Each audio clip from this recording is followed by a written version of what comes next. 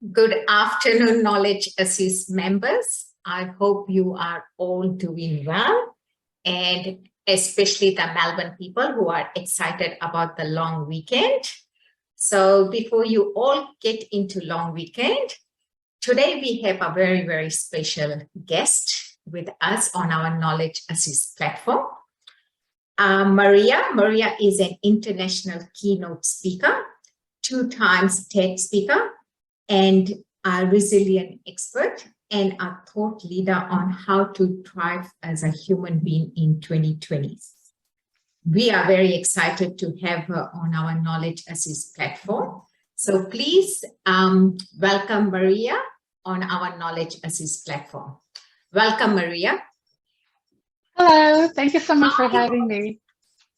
Thank you for coming on Knowledge Assist platform. We are very excited to hear from you, especially on the resilient side of things. So I will pass the mic on to you, and we will have a Q&A session after you finish. Thank you. Thank you so much. Probably we chose not the best timing with everyone getting into festive mode and holidaying mode to talk about resilience and confidence. And probably many of you have a question how the two are actually connected. So it's an incredibly interesting topic, something that I've been researching on for the last 2 years. And I would like to give you a few insights, share a few insights that I found to be very helpful, very interesting. If you have questions, please just pop them into the comments. We'll have Q&A at the end. But for now, let me blab and share what is it I've been learning, what has been incredibly helpful to me to feel happy and healthy and fulfilled in this decade. The topic of my research is how to thrive as a human being, and I dedicated my second TEDx talk to that. So how to thrive, how to be happy, how to be healthy, how to be fulfilled, how to be successful in this decade, because lots of has changed. Our life has become more stressful than ever. It's unpredictable, it's very fast-paced, and we need to learn, we need to upskill ourselves and figure out how to thrive, not just survive, but how to thrive in the modern world. And when I started doing my research, I realized that this is actually a puzzle. This is a huge puzzle, how to thrive as a human being. There are so many pieces to it. And I started studying different pieces, and I'm sure that I'll learn about new pieces as well. But in the core, I would say there are pieces that fall into 3 categories. And when I think about those categories, and when I talk about them, I usually bring this analogy of building a 3-legged chair for yourself. So if you build a 3-legged chair, and one leg is health, physical and mental, both. And I talk about them as one leg because they're always intertwined. I'm very surprised that they mostly are spoken separately about. Actually, mental health and physical health are a 2-way street, and I talk about it as one leg, which is the most important leg. The second leg is relationships with other people. And the third leg is soft skills. Soft skills like decision-making, goal setting, focus, creativity, emotional intelligence, collaboration, communication, and courage and confidence. So yeah, courage and confidence are also skills. These are all soft skills that help us to become fulfilled, to help us to achieve, in particular professionally, what is it we're striving for. So 3 legs, you have to build yourself that 3-legged chair: health, relationships, and soft skills. And think of it as if you're sitting on a beach, on a beautiful beach, you know. And some days are great, some days the sun is shining and there's no wind and everything is great and you're just comfortably relaxing on the chair. But there are days that it could be very windy and very stormy and just the wind is trying to blow you off that chair or just knock you down. This is how life is. I mean, there are some days that are, you know, everything is peachy, everything is going smoothly, and you think like, oh, maybe I should buy a lottery ticket. Everything is going so great today. But there are, of course, days that we're getting tested by different circumstances. And if you build a sturdy chair, so if you work on all 3 legs, if you build a sturdy chair where where every leg is equal length, it's strong, the chair is not wobbly, then you'll be able to withstand those difficult days and difficult times. So I call it the chair of resilience. And I believe that this is actually the answer to practically everything. In particular, many, like one of the most popular questions that I get asked is how to become happy. And what's interesting is that actually happiness is not the answer. Happiness is a byproduct. If you make yourself at most resilient, if you make yourself adaptable, then happiness will just appear in your life. So as a byproduct, trust me. And when they talk about mental health issues, for example, about anxiety and depression, once again, it's not happiness that is opposite to anxiety and depression, it's actually resilience. So if we are working on self-development, if we are building and making those three legs strong, then we become most resilient, then we become most adaptable. And as a result, we become happy and healthy and fulfilled. So yeah, it sounds easy. It took me years to find that out. I really wish I was taught that earlier. It's absolutely fascinating to me and interesting. And like I said, how to thrive as a human being is a puzzle, but the most important pieces, they fall in those three categories: health, relationships, and soft skills. So now let's have a chat about how confidence and resilience are connected. As you remember, I mentioned that the third leg is soft skills. So being confident, being self-confident is actually a skill. It was another thing that just blew my mind during my research that I learned, that it is not like feeling confident is not a personality trait. It is often confused for someone being introverted or extroverted. Confidence has absolutely nothing to do with that. If you think of any high flyer, I don't know, Steve Jobs, Elon Musk, Oprah, Spielberg, I don't know, anyone, seriously, if you think of anyone who has achieved, well, there is no such thing as self-made, but let's call them self-made high achievers. If you look into their biographies, if you look into their personality traits, if you look at them closer, you will actually see that the vast majority of them are introverts. So confidence has absolutely nothing to do with introversion, extroversion. It is not a personality trait. Confidence also has nothing to do with being arrogant. It's a very different thing. You might think that someone is behaving, they might think that they're behaving confidently, but actually they're behaving arrogantly. Arrogance is when you walk into a room and you think that you're better than everyone else. Confidence is when you walk into a room and you don't compare yourself to anyone. You look forward to meeting other people, having conversations, learning from them, maybe striking collaboration. You don't compare yourself to them. The only person you compare yourself to is to you yesterday. That's what confidence is. It's not thinking I'm the best. It's thinking I'm good enough and I'm growing. There's a really beautiful quote that you are a masterpiece and work in progress at the same time. I apologize, I forgot who the author is, but it's such a beautiful quote. You're a masterpiece and work in progress at the same time.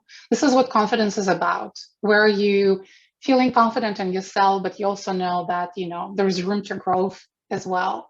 And confidence is also quite often confused with motivation, but it's also not the same thing. I would say confidence is more like a hot air balloon, and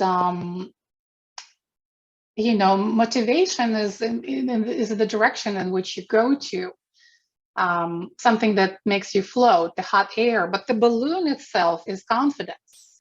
So if you have a balloon and it's empty, so without motivation, you're not really going to get far.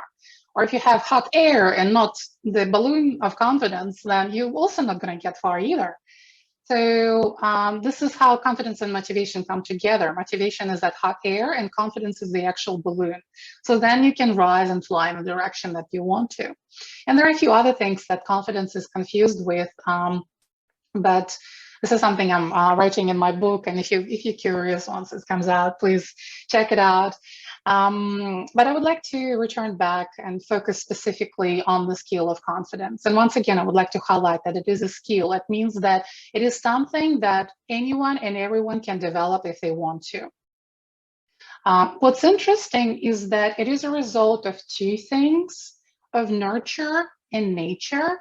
So yes, when we're born, we have a certain level of confidence. Every one of us has a certain amount of confidence. And it is something that is genetically passed on, similar to, someone who is good at drawing, or someone who's better at singing, or someone who's better at woodwork.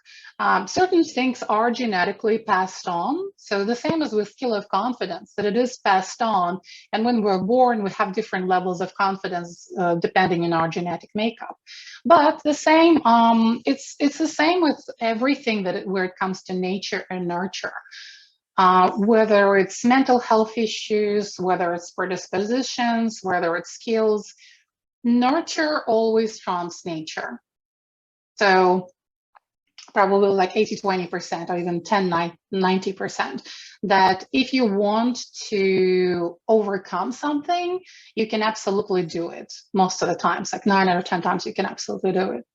When it comes to nurture, this is what's interesting, that we usually are born much more confident than we are when we become teenagers and when we're in our 20s. And I do apologize, you probably see a gang of a dog and 2 cats running around. So with nurture and with confidence, what happens is that we are born with a certain amount of confidence. But then through our life, in particular through our childhood, through our teen years, it kind of gets squeezed out of us, because the society is constantly trying to put us into a box and demands from us to color within lines, and we hear no so many more times than yes. And I think it's like 1 yes to like 5,000 no's. Like there was a very interesting study on that. So imagine if you're trying to do something, if you're trying different things, you're getting curious about certain topics, and you constantly hear a no. And this is what we're experiencing. In particular, women experience it even more than men, that we're constantly hearing no, we're getting judged, or get put down somehow. So unfortunately, through that negative nurture of the society and our families and our friends and our environment, our confidence kind of gets toned down. And you probably, like if you look through your network, if you look through your contacts, you will see that those parents who encourage their kids, and they support their kids and support their growth and offer their care and love, and always try to encourage them to expand their horizons, those kids grow up to be quite confident. But those who constantly kind of kept inside and constantly hear a no, and their parents are being negative and judgmental towards them, their confidence diminishes very, very significantly. So unfortunately, that happens. But the great news is that, once again, because confidence is a skill, yes, certain types of environment and interactions, so certain types of nurture, it's still nurture, it's still called nurture, they can diminish the skill of confidence. But the great news is that if you want to, you can develop it. Not only get it back, but actually grow it significantly to any extent that you want. And surprisingly, what was the most interesting thing is that it's actually quite easy. It is very, very, very easy to become more confident. And in particular, because in the center of confidence is courage. So actually, it's a skill of courage. You can say confidence, courage, it's actually the same thing. And another interesting thing is that how we do little things determines how we do big things. You probably heard this so many times, yeah? And the way it works, the reason why it works is because when you do certain things, even like little ones, even if it's like doing chores around the house, You rely your brain to work in a certain manner. So when it comes to bigger things, your brain will work in the same manner as well. So it doesn't demand anything like doing anything big, anything grand. It's actually about being consistent with little things. And when it comes to courage, when it comes to self-confidence, it is actually about believing in yourself. It is about believing that you would figure things out. Like if you have a project in mind, or there's a problem that popped up, if you have self-confidence, if you develop that courage inside yourself, it is about believing in yourself that you will find a way. I believe in myself that I will find a way. If I need to upskill myself, I will. If I need to bring other people to collaborate with me on that particular project, I will. If I don't know something, I'll find out. If I need money, I'll find investors. This is how high flyers think.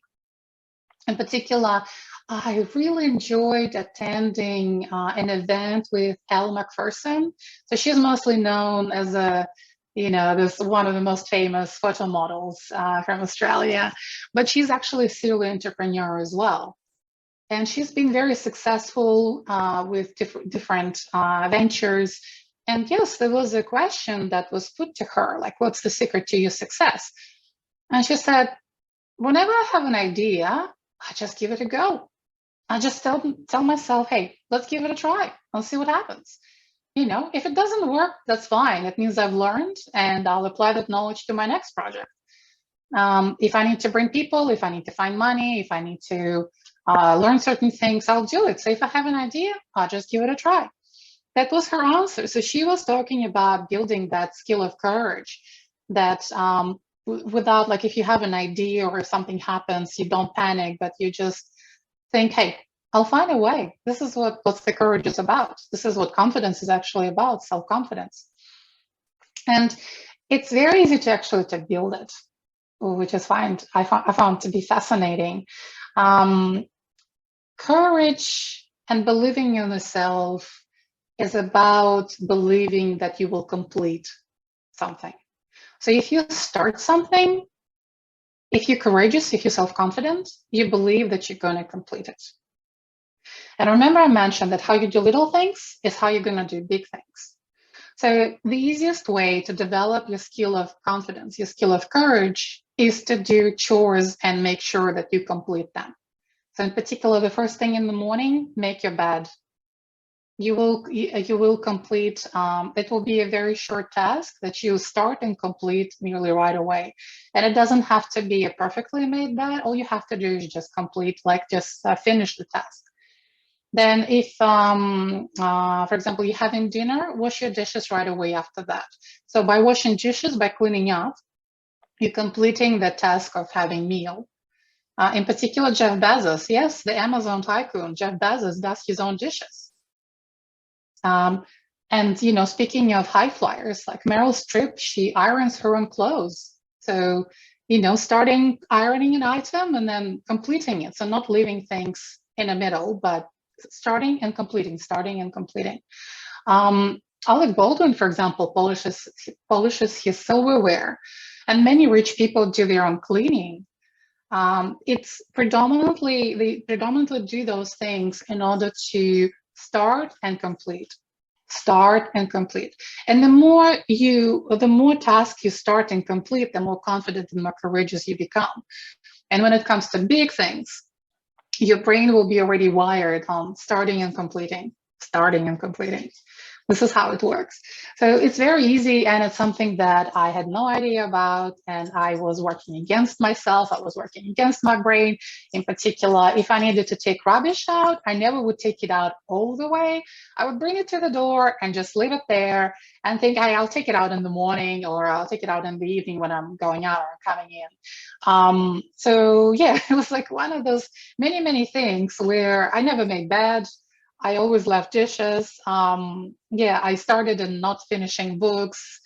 So I was rewiring my brain not to complete things, and it was significantly diminishing my confidence and my courage. Now I know that, but through most of my life, I didn't. So in particular, like with rubbish, if you actually take rubbish out of the bin, take it all away. Don't leave it like me in the middle of a house or by the door. Hey, I'll complete it later. So yeah, that's what's very interesting. That's the main exercise that you can do, and it does absolutely wonders. And I assure you, within 2 weeks, once you start completing all your tasks, all your chores around the house, within 2 weeks, you will feel a significant difference, maybe even within a few days. It really depends on a person, what's happening in your life, how your brain is wired. So it's all very individual. But I would say on average, through my research, I saw that within 2 weeks, people felt less anxious, more resilient. They felt more self-confident, more courageous. If something happened, they didn't worry too much. So they were more oriented on how to resolve a problem rather than on the problem. So yeah, trust me, if you become, sorry, I forgot the word. Yes, if you become consistent, and if you start completing all your tasks, all small things that you start and finish, whether it's reading a book or doing dishes after dinner or ironing your clothes, within 2 weeks, you will feel a difference. And please connect with me on LinkedIn, because I would love to learn how that worked for you. I really would love to learn that. I would really love to hear from you on that. But from my experience, yes, 2 weeks, and people already feel a huge difference and feel more confident and more courageous. And it translates into every area of your life. If you rewire your brain to work in a certain way, whether it's work-wise, whether it's relationships-wise, whether it's business-wise, whatever it comes down to, your brain will work similarly in every area of your life. So if you make yourself more confident, if you make yourself more resilient as a result, it will be reflected in every single part of your life. I can keep going. It's one of my favorite topics. I can speak for hours about it. There's so much more to share. So, but let's see if there are questions. Yeah, no, really good information. I have 2 teenage boys as well, and I keep telling them, you should have discipline, make your bed. If you do this small task, bigger tasks would be quite easily done. So I love what you just said. We do have some questions on our chats. So one of the Facebook members has asked, how do I find balance between family and business life? Time runs away from me a lot. Would you like to? Yeah, it's one of the hardest questions. It's a great question. It starts with setting up priorities. So if you make your relationships your priority, it will always come first, and it's something that you will schedule into your diary first thing. So for example, on Mondays, I have a date night, for instance, with my partner. On Wednesdays and Saturdays, I'm spending time with my children. So when it comes to putting together our schedules, something also that I didn't know through most of my life, I would always put first things that had to do with professional activities, with business, with work, but it has to be the other way around. Those things actually have to be scheduled the last thing. First things has to do with your health and with your relationships. You schedule those things first. So you think, okay, what kind of life do I want to have? And you schedule those things first into your diary. And then you put everything else around it, including professional duties and business activities, whatever it is you're doing. There is a really great quote from a former Coca-Cola CEO. And he said it, oh my God, more than 20 years ago. He said that we're juggling several balls. And we, in particular, he said 5 balls, but basically, if you look at what he's describing, it's once again health, relationships, and professional growth. And he said, look, everything is everything is glass except for the professional growth activities and duties. So that is a rubber ball, but everything else that has to do with health and relationships, these are glass balls. So if you drop them while you're juggling, they're going to break, get damaged. It's very difficult to repair them. If you drop that rubber ball, which is business work, everything that has to do with professional fulfillment and growth, it will bounce back. You can always pick it up. So this is, once again, this is one of the things that I wish I was taught when I was younger, that health and relationships are much, much, much more important, and they're much, much, much more fragile. And without them, you can't even achieve professional growth. Until you take care of them, you can't reach the heights that you want to. So I know it's difficult. I know it's difficult. It's something that we wired to do, to be focused on professional duties and responsibilities, and push back health, and think our health doesn't matter and relationships can wait. It's something that we just brainwashed into thinking, but it's one of the biggest life misconceptions. And like I said, remember that work is a rubber ball that will bounce back if you drop it. But relationships and health, if they're gonna get damaged, it could be unrepairable damage, or even if you repair it, it's not going to be the same.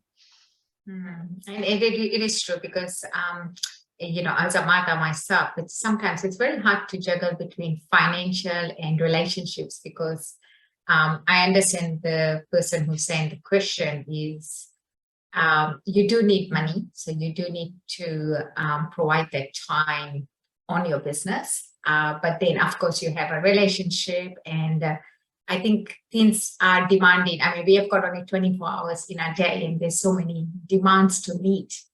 So I think, yeah, as you said, it's very important to prioritize what's important in your life. And I like about these fragile balls you have spoken about. It's so important to, nurture this kind of relationship, because once it breaks, it's very hard to repair. Yeah. And if I may add, if you don't have health, you won't be able to do work that you need to do. Exactly. And if your personal life is not happy, once again, you're not going to be productive and focused. And when it comes to professional success, it's not about how many hours you spend at your desk, in your office. It's not about how busy you are. It's about how productive you are. Correct. So it's about how focused you are and productive you are within the time when you're doing work. Because you can work I used to work as a lawyer. I had my 18-hour days. I know what hard work is. And it's not the answer. Grind is not an answer. Busy is not the answer. Focus is being disciplined with rest and work. So it's not, we might think that if we put more hours, and this is like Elon Musk is responsible for this misconception. He's one of the people who says, if you sleep less and you have more time to do more things. But we can see even on his example that while he was sleeping 4 hours a night or whatever, he was making a lot of mistakes. He was tweeting stupid things that took him to court, where he wasted time, money, energy, all of that, all those things that he could have spent on building his businesses instead of being distracted with them. So putting more hours, no, it doesn't lead to more results. It always leads to more incidents, accidents, distraction, and actually pushes you back. So if you initially did not put as many hours, and if you were rested and had proper relationships in your life, you would be much, much, much more productive while working significantly less. Correct. So it is about productivity of your hours. It's not how many hours you spend on working. Yeah, no, fantastic. We have another Facebook member question. How do I find my confidence? Well, so you spoke a lot about confidence. Yeah. So the confidence is not something you find. It is something that is already with you. You're born with it. But unfortunately, the way we're brought up, in particular women, our confidence is greatly diminished by the time we're 18, by the time we're in our 20s.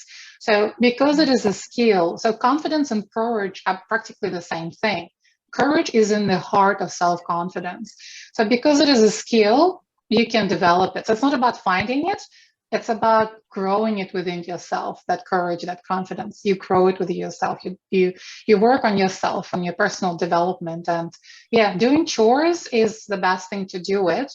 But also, so what also works is that trying different things, it helps you to expand your comfort zone. your bubble of familiarity that I call it. It's not comfort zone, but I mean, it's known as a comfort zone, but I call it a bubble of familiarity. So if you try different things, it expands your comfort zone, your bubble of familiarity. It makes you more confident. And what else you can do is have a bit of a celebration once you complete something, once you complete a task. I don't know, once you complete reading a book, or once you complete ironing, a load of clothing, you can celebrate it. And it's not necessarily like buy yourself a lipstick or buy yourself a cake or whatever. You can just do like a wiggle dance. So as long as you acknowledge, as long as you let your brain acknowledge that you completed something, that strengthens your confidence even further. So basically there are three elements. The first one is try more things. The second one, actually complete what you are doing. And once you have completed, do a wiggle dance. Or yes, you can buy yourself a lipstick or a piece of cake, or go traveling to celebrate whatever it is you're doing. So, but the most important part is this one, completing your tasks, the one in the middle. So you're starting different things, you're completing them, and you kind of celebrating when you complete something, whatever it is, no matter how small it is. You try to say yay, or go to a mirror, give yourself a high five, or just I usually wiggle a little bit. So those three elements, they drastically boost your self-confidence. And I agree, because as a small business owners and as parents or husband or wife, we do not celebrate our little wins. We are always waiting for that big win or that big promotion or that big, order. So I think it's very important to celebrate each win, especially when you are starting off your business, even the small steps, because the small steps will lead to those staircase where you want to get to. So I think it's very important. And Kate, going on with that same question, we have another member, Kate. It is a common thing to doubt yourself. How can I overcome it? I want to expand my business, but sometimes I'm fearful. Of course, everyone is. Fear is not something you can get rid of. Fear is something that we do have innately, and it was there to protect us, the way our brain was developing. But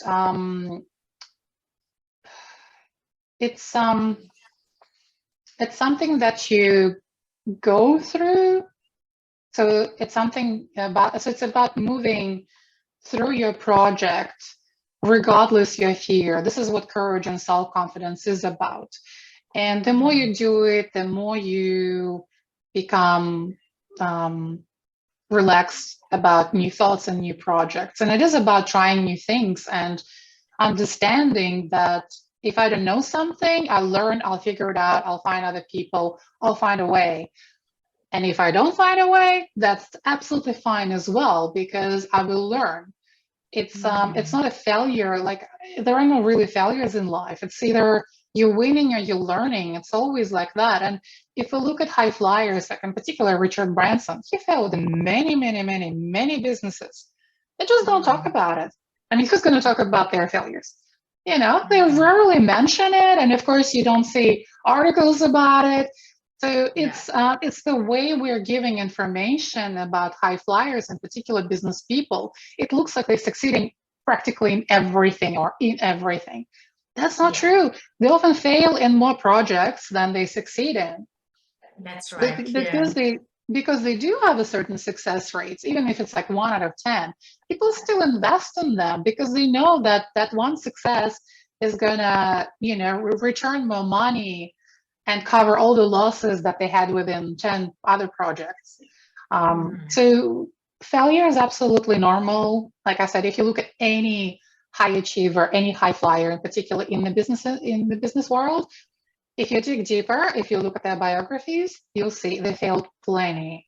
And they just use it as a stepping stone to, on their journey, on their success journey, only a stepping stone.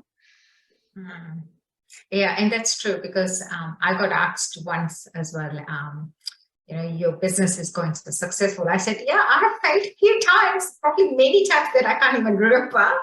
But it's all about, either you win or either you learn and then move on. And I guess for you, Kate, having the doubt that you will fail, but what about if you progress or if you succeed? So it's both sides of the coin. You have to give it a try and expand your business and see where it takes you.